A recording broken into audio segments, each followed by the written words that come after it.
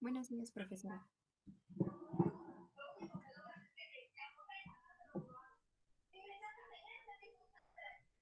Bueno, a ver, niños, vamos a esperar unos minutitos a que se incorporen todos.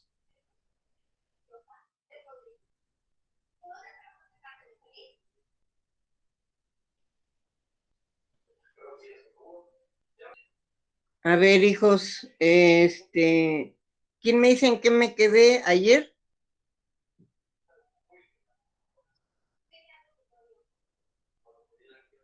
¿Están dormidos todavía? Despierten.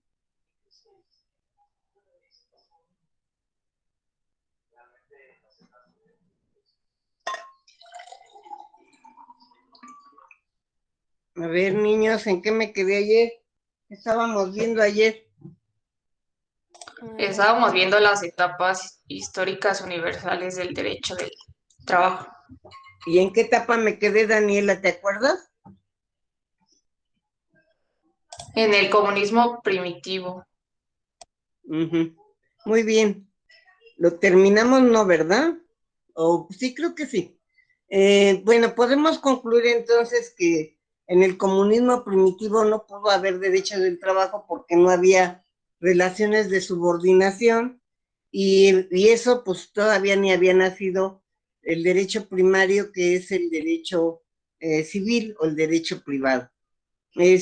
Habíamos quedado en que las mujeres habíamos hecho sedentarios a la humanidad, porque la mujer al dar a luz tenía que esperarse quizá en algún momento, en algún tiempo, tanto para que diera luz, se recuperara ella como se recuperara la cría. Y en ese contexto habíamos comentado que, perdón, que en un momento determinado, pues al quedarse, a lo mejor vieron que se caía una semilla, que de la semilla nacía una planta y que de la planta pues ya empezaban los frutos, etcétera, y que quizá con las experiencias y los experimentos que ellos hicieron, pues se dieron cuenta que quizá cerca de los ríos, cerca de los, donde había agua, era donde más podía haber agricultura. Obviamente, empiezan ya a ser sedentarios y a crearse comunidades en la que ya empieza a haber quizá reglas, empieza a haber leyes, pero todavía quizá no haya ese trabajo subordinado. Yo preferiría, hijos, los que puedan, no los que puedan, sino todos, que abran sus cámaras. El ver sus caras para mí es importante. Gracias, Ana Beatriz. Gracias, María Esmeralda. Gracias, Daniela. Gracias, Iván. Bueno, entonces les decía que íbamos a comentar que con esto de que ya empieza a haber una sociedad más organizada, etcétera, pues también empieza con ello la propiedad privada. Y la propiedad privada, porque ya no es lo mismo que encontráramos un árbol frutal en el camino y todos gozáramos de los frutos de ese árbol, a que solamente ya fuera mi árbol el que yo sembré y no todo el mundo tendría la oportunidad de tomar de mis frutos si no me daba algo a cambio. Y ya va a empezar a haber una sociedad en la cual también la historia de la humanidad es una historia de guerras, hijos, y empieza a haber guerras entre esas comunidades, entre esas sociedades, y empieza a nacer el esclavismo, porque recordemos que el esclavismo es una situación que se da fundamentalmente por las guerras y por las deudas que se tenían. Como ya se empieza a intercambiar mercancía y todo, también ya se empieza a tener deudas. O sea, yo te doy, me das esto, te tengo que pagar esto, pero ya también las personas, pues hay quienes no pagan, y entonces empieza el esclavismo. Un esclavo es muy útil en esa época, y obviamente, como yo les decía, la estructura económica que es el esclavismo va a estar sostenida y favorecida por las superestructuras, como son la política, la religión, la filosofía, la educación misma. Entonces, recuerden que hasta Aristóteles, Platón, justificaban el esclavismo y decían que era una forma perfecta, casi, casi, de vivir, claro, perfecta para los que tenían esclavos y no tenían que trabajar y los esclavos trabajar para ellos. Aquí sí empezamos a ver ya en el esclavismo una cuestión de subordinación, hijos. Aquí sí ya hay subordinación, porque el amo o quien es el dueño de los esclavos ya va a mandar a los esclavos y los esclavos van a hacer lo que el amo diga. Y también se vivía lo que llaman una economía de familiar. ¿Qué es una economía familiar? Pues los esclavos producían lo que necesitaba la familia. Si la familia necesitaba zapatos, los esclavos se lo producían. Si la familia necesitaba algo, los esclavos se lo producían. O sea, no había ese intercambio económico tan grande en donde la gente salía a comprar cosas o eso. No, generalmente todo lo producían los esclavos.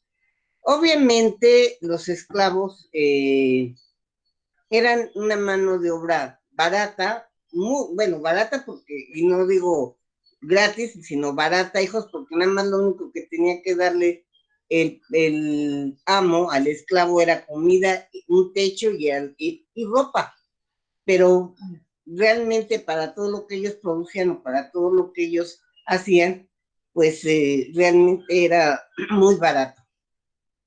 Ahora, en el esclavismo pasamos por el esclavismo casi por todas las grandes ya culturas, ya las grandes sociedades, desde Egipto, hijos, India, China, Mesopotamia, todos realmente tuvieron esclavos.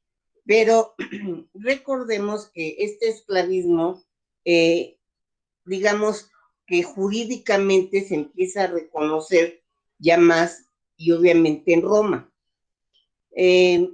Mi maestro, cuando yo tomé criminología, hijos, nos decía que los romanos habían inventado el derecho y que todo lo que tocaban era como el rey Midas, que el rey Midas todo lo que tocaba era oro, pues los romanos todo lo que tocaba lo hacían derecho. Y que el derecho en este sentido, pues también tenía que haber algo jurídico en cuanto a lo que era el esclavismo. Recordemos que el esclavo era considerado una cosa, no era considerado una persona, no tenía obviamente derechos, pero pues a veces estas situaciones ya jurídicamente también le afectaban y sobre todo a las mujeres. Las mujeres, aunque no fueran esclavas, perdón, hijos, aunque no fueran esclavas, pues no tenían tampoco ni derecho, ni votos, ni nada. A veces estaban peor que un esclavo. Pero el esclavo en Roma era una res. Sin embargo, no toda la gente era esclavo. Y había libertos o libres que tampoco eran ricos, tampoco eran amos, y tenían que trabajar para sobrevivir. En ese contexto, esto también lo tenían que regular los romanos. Y formaron figuras jurídicas que son las locatio, L-O-C-A-T, locatio, si luego están poniendo locatio operarum y locatio operaris, hijos, operarum y operaris.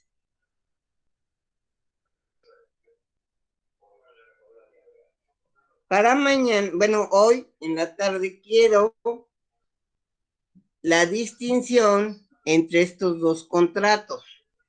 ¿Qué diferencia hay entre la locatio conduction operaris y qué diferencia hay entre la locatio conduction operarum? ¿Alguna duda, hijos?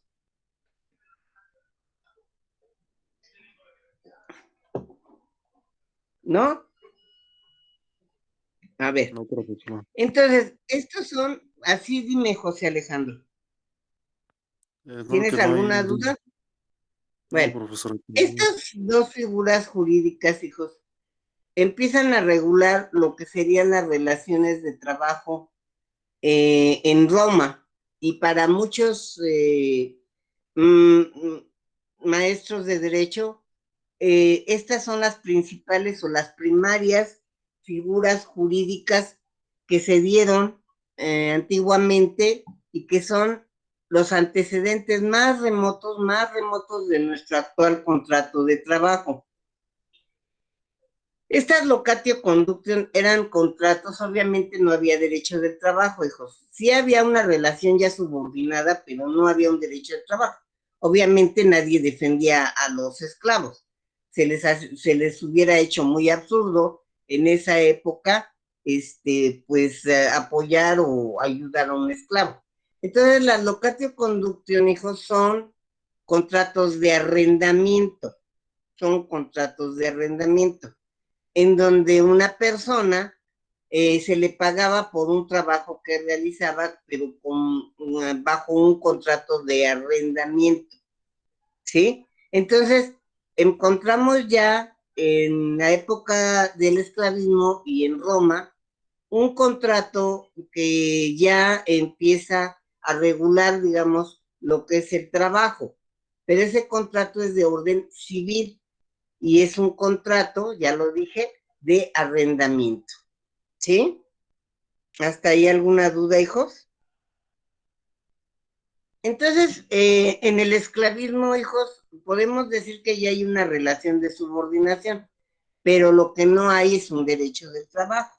Y lo que encontramos primariamente es, obviamente, estas locatio conductum, que son, insisto, contratos de arrendamiento, en los cuales las personas daban su trabajo ya a cambio de dinero, y obviamente ya para nosotros estos son los antecedentes más remotos de un contrato individual de trabajo.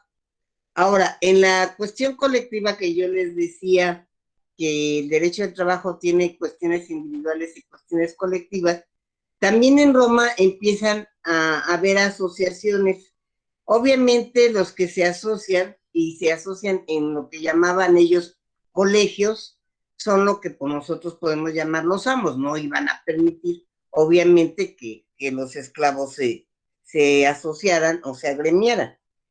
Los colegios que eran formados por los que llamaríamos actualmente patrones, hijos, se formaron primariamente por cuestiones religiosas y por cuestiones de bondad, o sea, religiosas, porque recuerden que los romanos eran politeístas, que tenían varios dioses, pero también en sus clases de romano debieron de haberles comentado que los paterfamilias a veces hacían una fiesta en especial para uno de esos, digamos, dioses, que lo tenían que adorar, que le tenían que hacer una fiesta, que yo me imagino que es como cuando aquí en México nos invitan a pueblitos cuando celebran al santo patrono del pueblito y todos hacen una super fiesta y hacen mucha comida y hacen moles, barbacoa e invitan casi a todo el pueblo. Así me imagino que en la época romana los paterfamilias tenían que hacer a una deidad a los que ellos escogieran un alabanza y hasta se hacían sacrificios y etcétera. Entonces, por eso los colegios nacieron para apoyarse entre ellos, entre los, digamos, paterfamilias para hacer estas fiestas, pero también si alguien caía en bancarrota o si alguien tenía algún problema económico, también se apoyaban y se asociaban. Pero también se dieron cuenta de que la unión hace la fuerza, hijos, y que pues Roma, como un imperialista que era Roma, pues andaba, acuérdense, peleándose por todos lados y con todo mundo. Y entonces, pues no todos los paterfamilias, o no todos los padres, querían que sus hijos fueran a pelear. Y entonces ya también esos colegios servían para que pedirle al Estado que sus hijos no fueran a pelear o para no pagar tanto impuesto, porque también las guerras cuestan y obviamente a veces se les pedía muchos impuestos. Entonces, en este tenor, pues es obvio que en materia de derecho colectivo del trabajo, hijos, los colegios también son los antecedentes más remotos de nuestros actuales sindicatos, porque ustedes tienen una idea a veces errónea de que los sindicatos son de los trabajadores. Si alguien por ahí tiene su constitución y tienen, por favor, quieren abrirla y leerme el artículo, perdón, 123 constitucional, apartado A, la fracción 16, por favor, ¿qué dice? El artículo 123 constitucional, apartado A, fracción 16.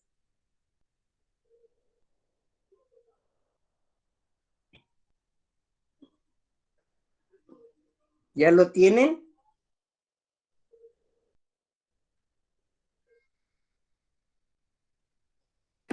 Yo lo tengo, maestra. Por favor, Melissa.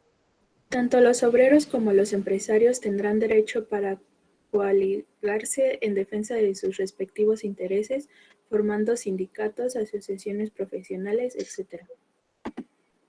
Gracias, Melissa. Entonces, como ven, ahí nos dice tanto obreros como patrones o trabajadores como patrones tienen el derecho de asociación. Entonces, también los sindicatos pueden ser sindicatos de patrones. Entonces, dentro de nuestros antecedentes más remotos de un sindicato tenemos estos famosos colegios, los colegios romanos, que para nosotros, para muchos laboralistas, pues son los antecedentes, insisto, más remotos de lo que es nuestro actual sindicalismo. ¿Alguna duda hasta ahí, hijos? Obviamente lo que yo les cuento en unos minutos, pues pasan muchos siglos. Imagínense cuántos siglos duró el esclavismo, si estamos hablando que desde las primeras culturas egipcias, etcétera, hubo esclavos, pues obviamente el esclavismo era una fuerza económica muy poderosa y muy fuerte por la cual se desarrollaron las grandes culturas de la historia. En este contexto, ya vamos a pasar o ya se va a iniciar otra nueva etapa porque Roma empieza a perder poder, empieza a perder luchas y empieza a tener problemas de que muchos de los amos pues, ya no pueden mantener tantos esclavos. Empieza a haber, obviamente, sí hubo personas que lucharon en contra del esclavismo, entre ellos Espartaco, y Espartaco no es una película, hijos, nada más, sino es un ser histórico que luchó contra Roma para librar a los esclavos de esa situación. Y obviamente empieza a haber ya muchos problemas, empieza ya Roma a decaer como un imperio, empiezan a entrar otras ideologías, otras culturas, y empieza lo que vamos a conocer por el feudalismo.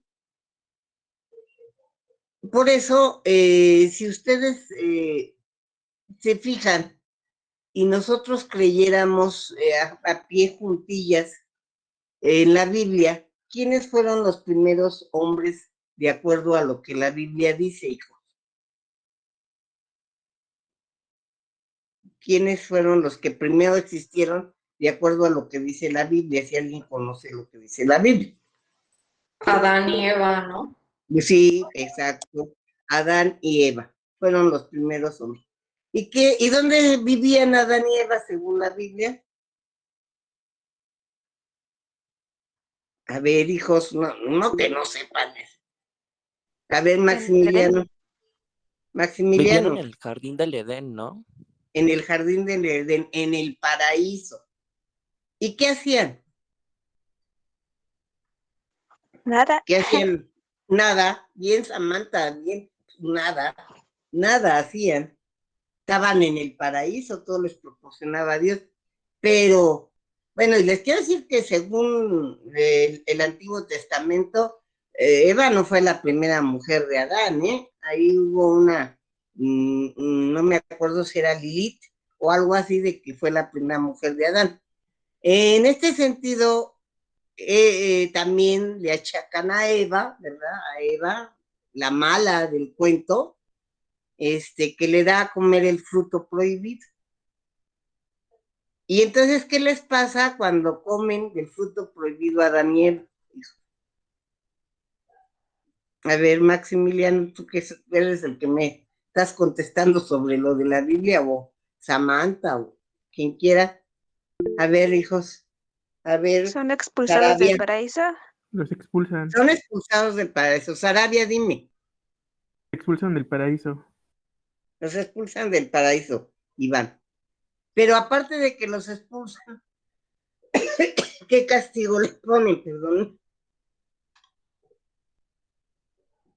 ¿Qué castigos les ponen? A ver, Maximiliano, volvemos contigo. Pues a la mujer yo me acuerdo que por haber seguido la voz de la serpiente, le dice que cada vez que vea una va a tener miedo.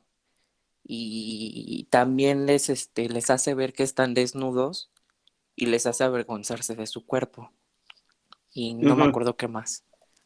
Bueno, aparte de que los expulsan. Bueno, efectivamente los expulsan del paraíso, pero a la mujer le dicen que, a ver, ay, perdón, no sé pronunciar tu nombre, San Juan, Arisbet. A ver. Bueno, pues ahora también tienen que ellos trabajar por su propia, para conseguir su propia comida. Exacto. Entonces, fíjense, los castiga trabajando. Y entonces, ¿qué valor va a tener el trabajo en el esclavismo?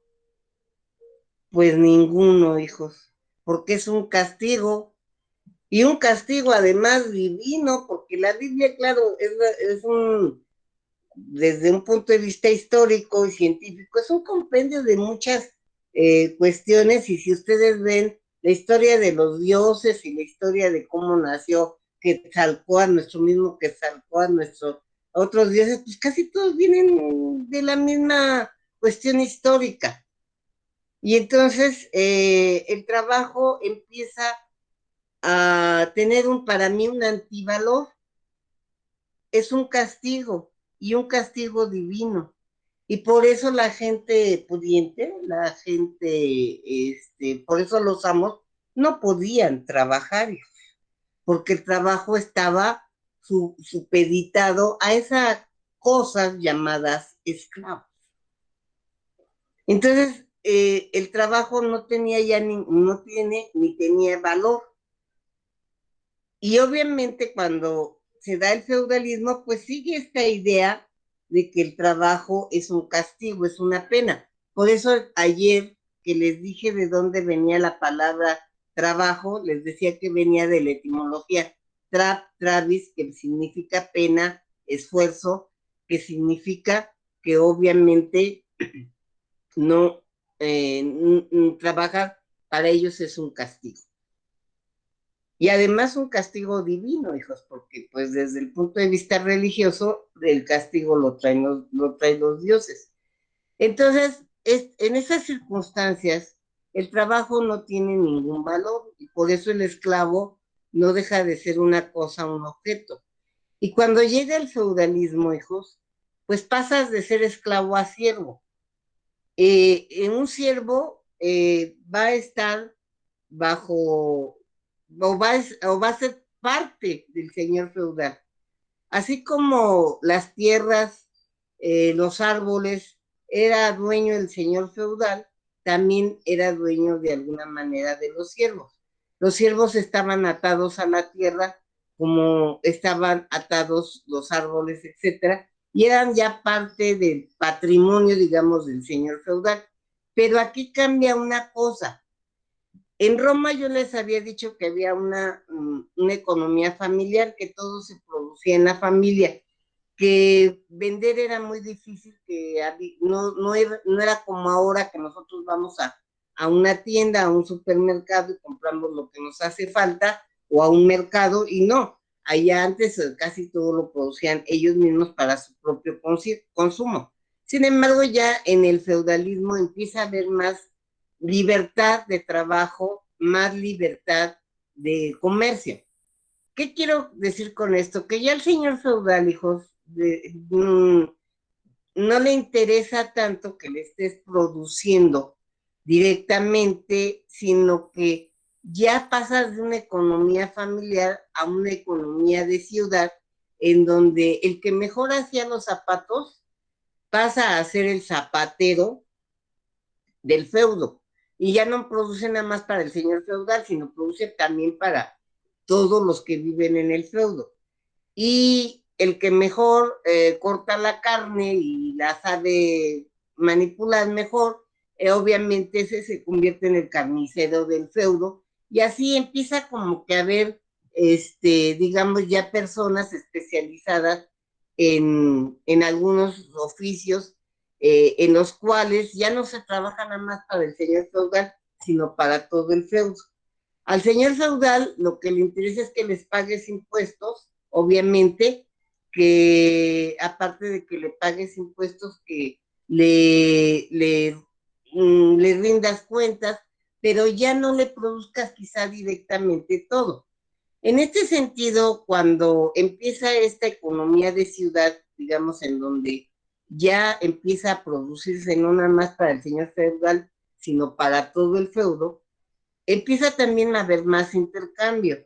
Además, en esta Edad Media, en donde empieza a haber también peregrinaciones hacia las ciudades santas buscando la verdad, que la tumba de Jesucristo o que cosas de la religión, pues empieza también a haber ya más personas entrando a los feudos, participando ya más en comercios, etcétera, hijos. Entonces, el comerciante, vamos a poner un ejemplo para que lo entiendan. Vamos a pensar que tenemos, que nosotros somos un feudo y que en nuestro feudo hay un zapatero. Y ya nos hizo zapatos a todos. Y obviamente las cuestiones o lo que se hacía en esa época no era con una visión mercantilista.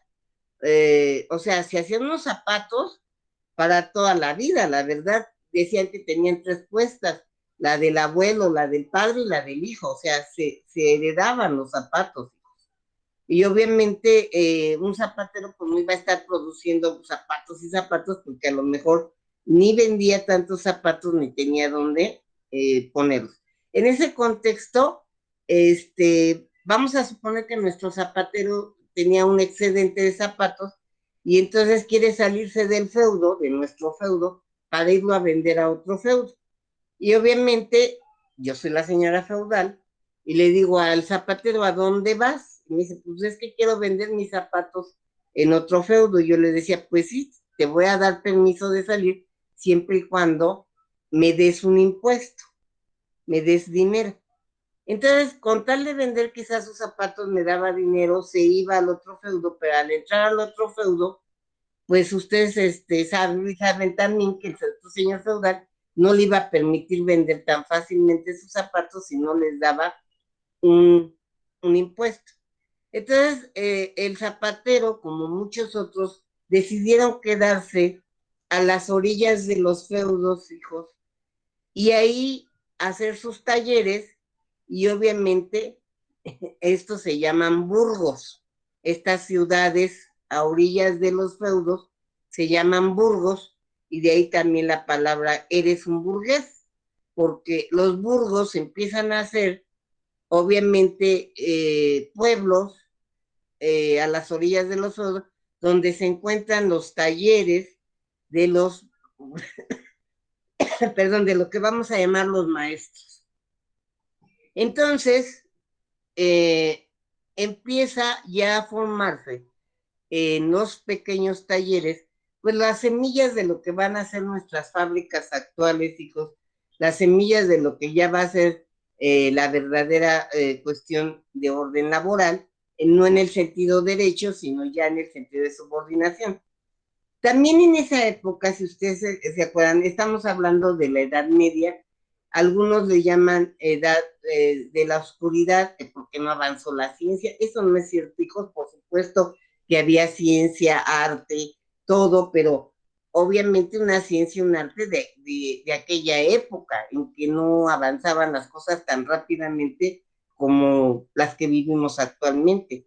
En ese sentido, era era una época en la que los talleres que se formaban empezó a acumular riqueza, o sea, las personas que eran los maestros empiezan a acumular riqueza, pero también recordemos que pues no había escuelas, no había universidades, no había primarias como las hay ahora, y entonces muchos padres de familia mandaban a sus hijos a esos talleres de aprendices.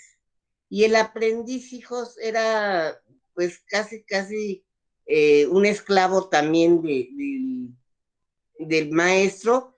Y en los talleres empezamos a encontrar estas dos figuras, maestro y aprendiz. Y entonces empieza a haber de nuevo subordinación. Pero aquí sí ya empieza a haber un pago por tu trabajo. La enseñanza que te da el maestro y aparte ya te empieza quizá a pagar algo para que tú comas, para que tú vistas. La diferencia es que ya empieza a, o sea, cuando el esclavo le daban comida, vestido y techo, pues no podía disponer de ellos, de esas cosas, porque no era libre para disponer de ellos. En cambio, ya en un taller, ya un aprendiz ya era más libre de disponer de lo que estaba obteniendo con su trabajo. Y entonces aquí ya sí encontramos una relación de trabajo, pero tampoco todavía podemos encontrar un derecho del trabajo, porque recordemos que venía la idea de que el trabajo es una pena, es un castigo. ¿Hasta ahí alguna duda, algún comentario, hijos? ¿No? Bueno, ahora, en estas circunstancias, hijos, los que crean talleres, no sé si ustedes leyeron o han leído o han visto la película, porque luego la ven y no leen El Perfume, y que algunos me dicen que sí la han leído. Bueno, El Perfume es una historia de un señor que precisamente trabaja como aprendiz en un taller, en donde, si los que han leído ven cómo vive ese aprendiz, que lo tratan hasta muy mal, que no le quieren enseñar del todo bien. Así era la vida de los aprendices realmente en esa época, era muy dura, hijos, era difícil, pero el que ya era el dueño del taller empieza a acumular riqueza, empieza a tener dinero. Y los vagos y flojos de los señores feudales, que después pasaron a ser monarcas, reyes, pues no tenían a veces dinero, hijos. Los flojos, vagos, sifilíticos, que no hacían nada, pues obviamente también a veces les hacía falta dinero y empezaban a pedirle prestado dinero a al dueño de los talleres y todo. Estos empezaban a acumular riqueza. Entonces, cuando tú empiezas a acumular riqueza a través de tu trabajo, entonces ya el trabajo no es tan malo, ya el trabajo no es una pena, ya el trabajo no es un castigo, hijos, porque yo ya empiezo a recibir dinero de mi trabajo y empiezo hasta a acumular riqueza. Entonces, van a venir situaciones que van a cambiar y a transformar el mundo. Recordemos que primariamente los reyes se compaginaban, podemos llamarles reyes, emperadores, de como quieran, pero en todas las culturas los que gobernaban según esto eran hijos de Dios, si usted recordará, por eso tenían el derecho divino de gobernar, de Dios o de los dioses. En Egipto mismo, los faraones o las mujeres que eran faraones también, como Cleopatra, obviamente eran hijos de dioses, según esto. Y entonces empieza también, ya en la época en que estamos hablando, en la época de la Edad Media, a pensar cómo un hijo de Dios, o sea, puede ser borracho, sifilítico, feo, porque los reyes pues son feos, o sea, no son todos bonitos. Y entonces empiezan a pensar que esto no es tan cierto y empieza ya a pensarse, hijos, que el que tiene el derecho es el pueblo. O sea, empiezan a ya decir que el derecho de gobernarse a sí mismos es del pueblo y que el pueblo puede ceder ese derecho a una persona que ellos elijan. Claro, les insisto, lo que yo les cuento en un minuto pasa muchos años. También de una idea que se tenía en un principio de que nada se movía sin la voluntad de Dios. O sea, si yo me caía no era por idiota, no era porque no me había dado cuenta de dónde caminaba, no, era porque Dios había querido que yo me cayera.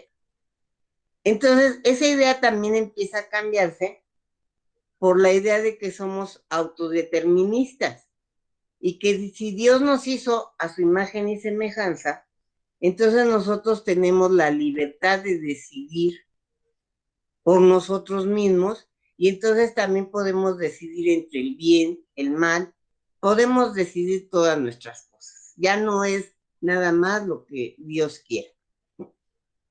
Y en todas esas situaciones también viene el descubrimiento, fundamentalmente los descubrimientos científicos de aquella época y los descubrimientos geográficos, que fundamentalmente es descubrir lo que ahora conocemos como América.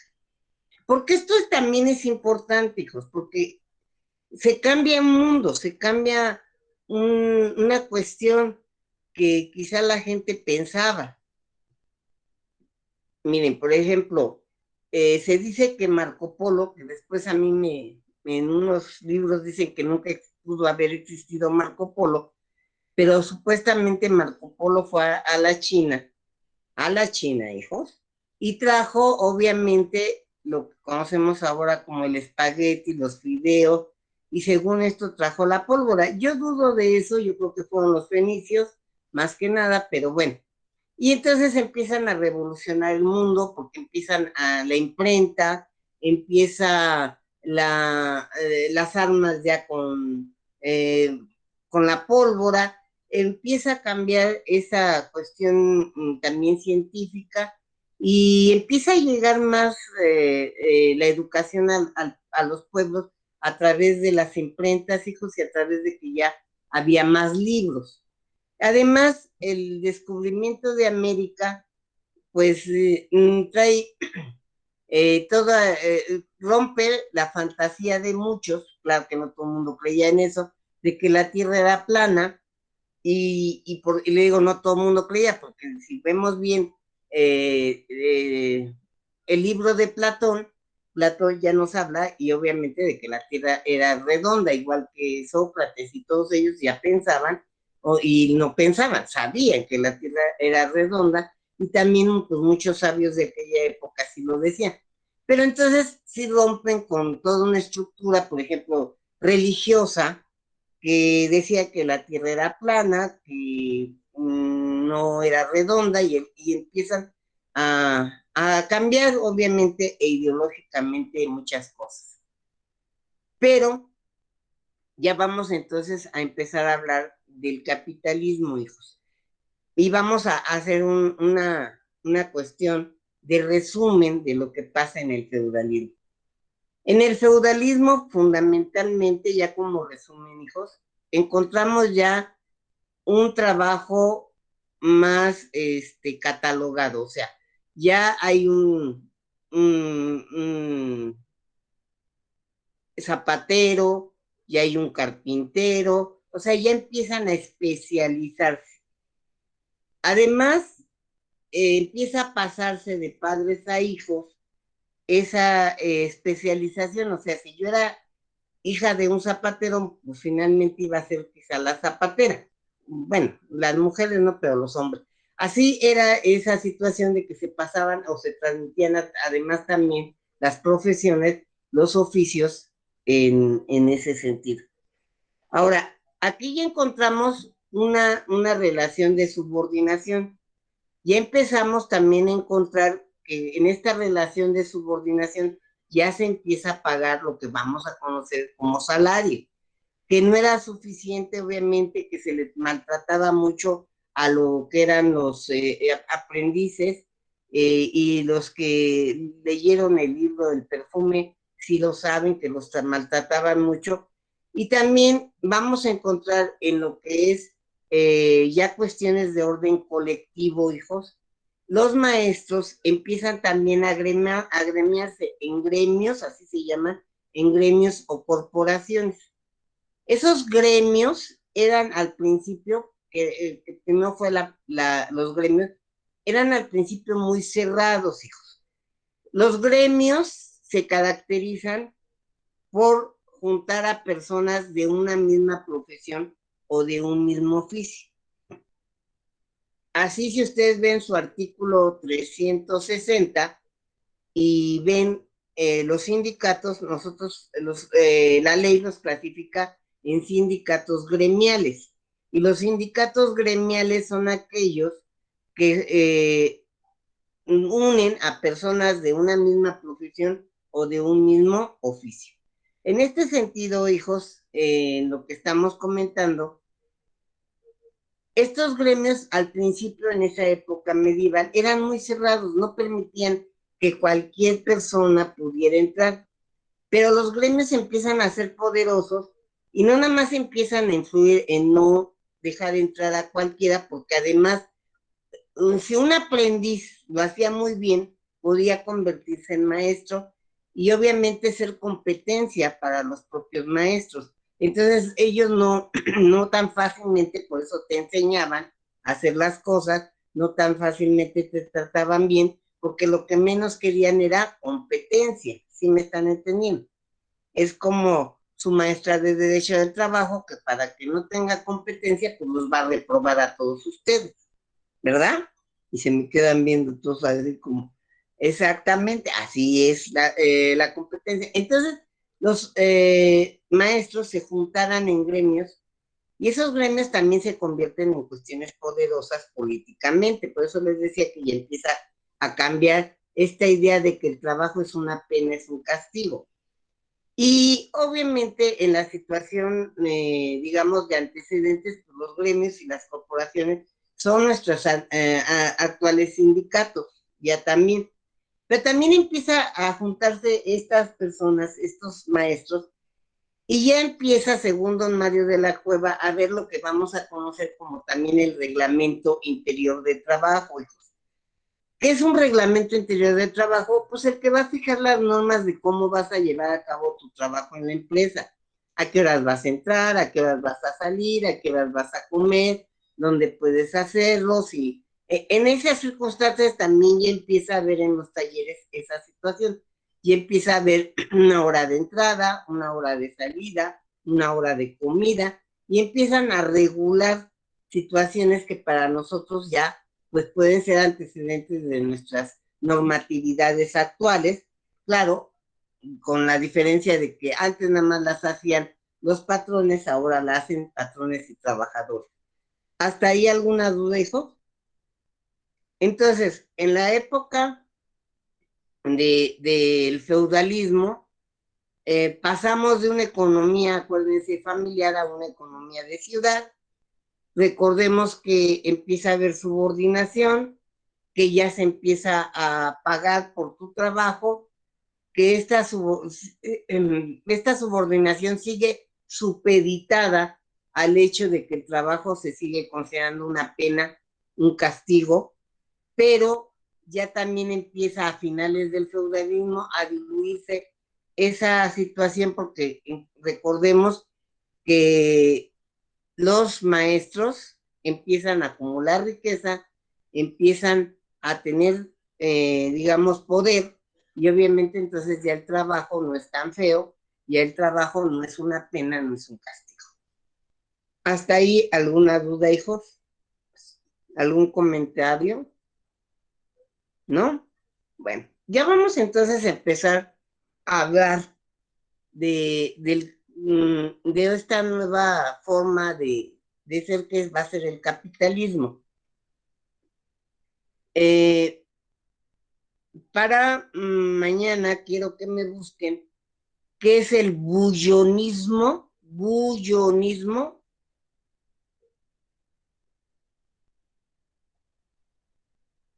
para que empecemos a comentar cuestiones del capitalismo.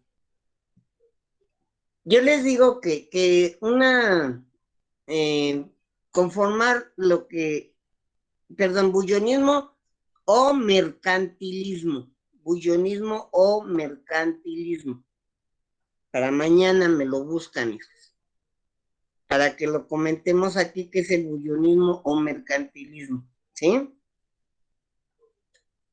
Bueno, les decía que sobre todo el descubrimiento geográfico, el descubrimiento de lo que ahora conocemos como América, trae muchos cambios, muchos cambios, tanto ideológicos, religiosos, obviamente, el conocer otro mundo, el conocer otras formas de que vivan los seres humanos, pues es un cambio total para la humanidad, es una cuestión en donde se cambia también, insisto, la manera de pensar y sobre todo también la manera de pensar sobre el trabajo.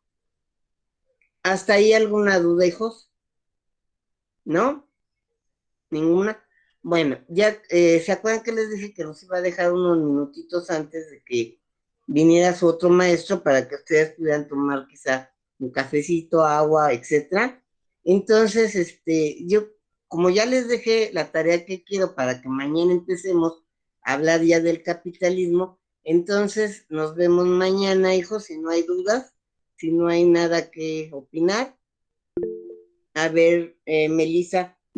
Sí, maestra, ¿las tareas que dejó las tenemos que entregar en la plataforma o solo son para comentar? No, esta que les dejé, nada más es para comentar, hija. Ok, ¿Sí? gracias. Lo de la locatio conducción sí es para la plataforma. ¿Alguna otra duda, Melissa? ¿No? No, maestra. Pero de todas maneras también mañana comentamos, si me acuerdas, Melissa, o Maximiliano o Ana Beatriz, me acuerdan de comentar la diferencia entre la locatio conducción y la locatio conducción operaris y la operarum. ¿Cuál es la diferencia? ¿Sí? Eso lo pueden encontrar, por cierto, en los libros de Derecho Romano o en libros de Derecho del Trabajo, la diferencia entre la locatio conducción operaris y la locatio conducción operarum. ¿Hasta ahí alguna duda más, hijos? ¿No? Entonces nos estamos viendo mañana.